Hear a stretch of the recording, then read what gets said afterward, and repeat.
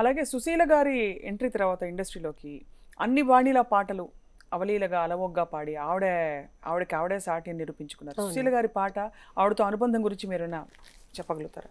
సుశీల వచ్చిన తర్వాత కూడా సుశీల ఒక హీరోయిన్కి, నేను ఒక హీరోయిన్కి పాడిన రోజులు. తమిళ్లో ఆవిడ ఒక హీరోయిన్ అంటే నేను ఒక హీరోయిన్కి, ఆవిడ సావిత్రికి పాడిందంటే నేను రాజసులోచనకు పాడాల్సిందే, ఆవిడ పద్మినికి పాడిందంటే నేను ఎంఎన్ రాజానికి పాడాల్సిందే. ఇలాంటి రోజులు ఆ రోజులు. ఇట్లా ఎన్నో. అందుకే మేమిద్దరూ స్టూడియోలో చూసుకున్న అంటే ఒకరినొకరు చూసుకున్న రోజులు చాలా. సో ఇప్పుడు ఒక పాట పాడితే ఇలా మొహం చెట్లించుకుని బాగా పాడిందా అలా అనే రకం కాదు.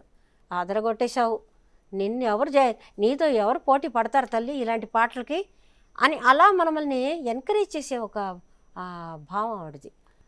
నాతో పాటు ఆవిడ నన్ను ఎంత ఎంకరేజ్ చేసి నాకు ఎన్ని ఛాన్సెస్ ఇప్పించిందో. మీరు జానకి గారు అసోసియేట్ అయిన సందర్భాలు చాలా అరుదుగా ఉండేవంటారు, తక్కువే అంటారు.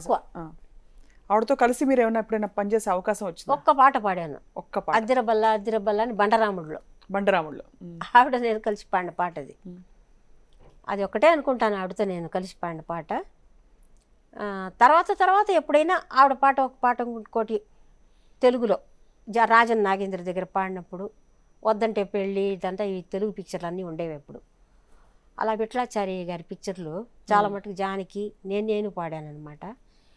ఆ సందర్భంలో ఆవిడ పాడి వెళ్ళిన తర్వాత అప్పుడు అలా మీట్ అయ్యేవాళ్ళం అంతే.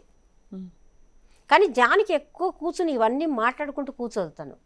తన పనేమో తనకు వచ్చిందా, తన పని పూర్తి చేసుకుందా, వెళ్ళిపోయిందా అన్న రకం. సాక్షి టీవీ ప్రసారాలను నిలిపివేయడం చట్టరీత్యా నేరం. సాక్షి టీవీ ప్రసారాల కోసం మీ స్థానిక కేబుల్ ఆపరేటర్ని వెంటనే సంప్రదించండి. డిటిహెచ్లో, ఇంటర్నెట్లో కూడా సాక్షి టీవీ ప్రసారాలను వీక్షించవచ్చు.